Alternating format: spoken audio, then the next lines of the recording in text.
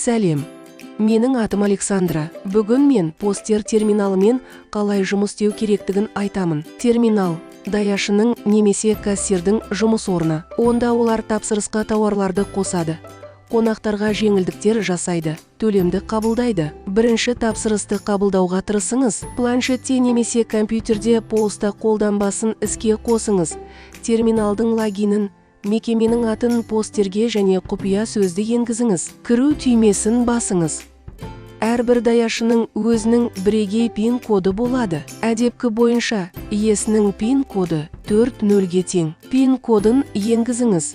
Егер сіз терминалға кіру мәліметтерін ұмытып қалсаңыз, басқару тақтасындағы кіру терминалдары қойындысына өтіңіз.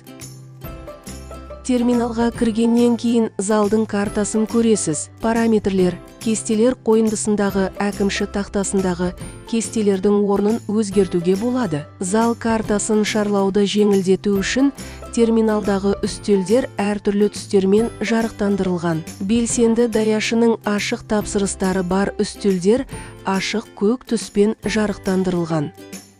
Басқа даяшылардың тапсырыстары бар күлгін үстелдерді өңдеу мүмкін емес. Бос үстелдер сұр түспен көрсетіледі. Егер сіз жылдам қызмет көрсету, алып кету режимінде жұмыс істеп жатсаңыз, немесе мекемеңізде үстелдер болмаса, әкімші панеліндегі параметрлер бөліміндегі кестелер картасын көрсету құсбелгісін алып тастаңыз. Бұл жағдайда пин кодын енгізгеннен кейін бірден тапсырыс терезесін көрсетесіз. Зал картасынан үстелді таңдап, қонақтар санын көрсетіңіз. Экранның оң жағында мәзіріңіз көрсетіледі. Тапсырысыңызға бірнеше элементтерді қосыңыз. Элементті чектен алып тастау немесе оның санын азайту үшін оның жанындағы плюс немесе минус түймесін басу арқылы тағы бірдей тағамды қосуға болады. Әр тапсырыста пікір қалдыруға, үстелді ауыстыруға болады.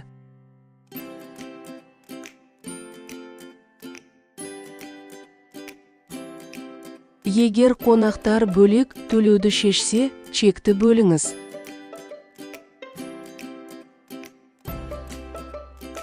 Параметрлер бөліміндегі әкімші тақтасында алдын ала орнатылған қызмет пайызын қосыңыз. Тапсырысты толығымен тазалаңыз, сонымен қатар тапсырысты басқа даяшыға тапсырыңыз, немесе қонақтар санын өзгертіңіз. Қандай да бір акция шарттары орындалса, акция түймесінде хабарландыру пайда болады. Мысалы, 2-ден 4-ке дейінгі пиццаға тапсырыс бергенде, сізде 1+1 акция бар. Оны қолдану үшін акцияға бір рет басыңыз. Тапсырыстың дұрыс толтырылғанына көз жеткізіп, жүгірушілерді ас үйге жіберіңіз. Әр жүгірушіге пікір қалдырып, курс бойынша тағамды біріктіруге болады. Жіберу түймесін басыңыз. Егер сіз қонаққа жеңілдік жасағыңыз келсе, жоғарғы сол жақтағы тұтынушы қойындысына өтіңіз. Тұтынушы базасынан аты, телефон нөмірі немесе картасы бойынша тұтынушыны тауып, қолдану түймесін басыңыз. Енді тексеру қойындысына оралыңыз. Төленетін сома жеңілдікті ескере отырып, автоматты түрде қайта есептелді. Егер сіз қонақты есептегіңіз келсе, ол тапсырыспен танысып, оны төле алатындай етіп, причекті басып шығарыңыз. Төлеу түймесін басыңыз. Қолма-қол ақшамен, картамен, сертификатпен немесе алдын ала жасалған басқа төлем әдісімен төлеу әдісін таңдаңыз. Сіз бұл соманы картамен және қолма-қол ақшамен төлеуге бөле аласыз. Қонақтарды тезірек есептеу үшін сол жақтағы сандық пернетақтаны пайдаланыңыз. Үстел жұмысын аяқтау үшін төлеу түймесін басыңыз. Егер қызметкерлер қателессе немесе сіз қонақты мекеме есебінен емдегіңіз келсе, чекті ақысыз жабуға болады. Бұл жағдайда төлемсіз жабу түймесін басып, себебін көрсетіңіз. Қонақ мекеменің есебінен кетіп қалды, немесе даяшының қателігі. Төлемсіз жабу түймесін басыңыз. Жабық тапсырыстар тарихын чек мұрағатынан көруге болады.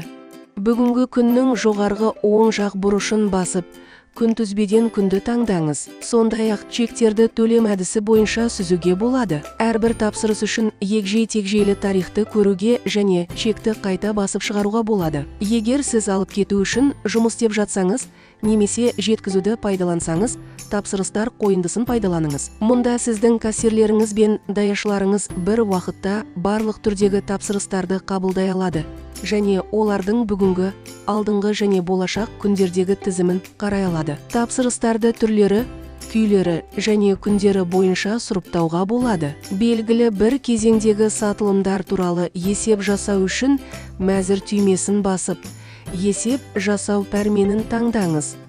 Уақытты белгілеп, даяшыны таңдап, есеп жасау түймесін басыңыз. Есепті чектерді басып шығару үшін принтерде басып шығаруға болады. Егер сіз кейбір әрекеттерге кіруді шектегіңіз келсе, әкімші құпия сөзін параметрлер қауіпсіздік бөліміндегі әкімші панеліне орнатып, қажетті әрекеттерге шектеулерді таңдай аласыз. Постердің көмегімен сіз тез тапсырыс беріп, қонақтарға көбірек уақыт бөле аласыз. Күндеріңіз сәтті өтсін және сатылымдар керемет өтсін.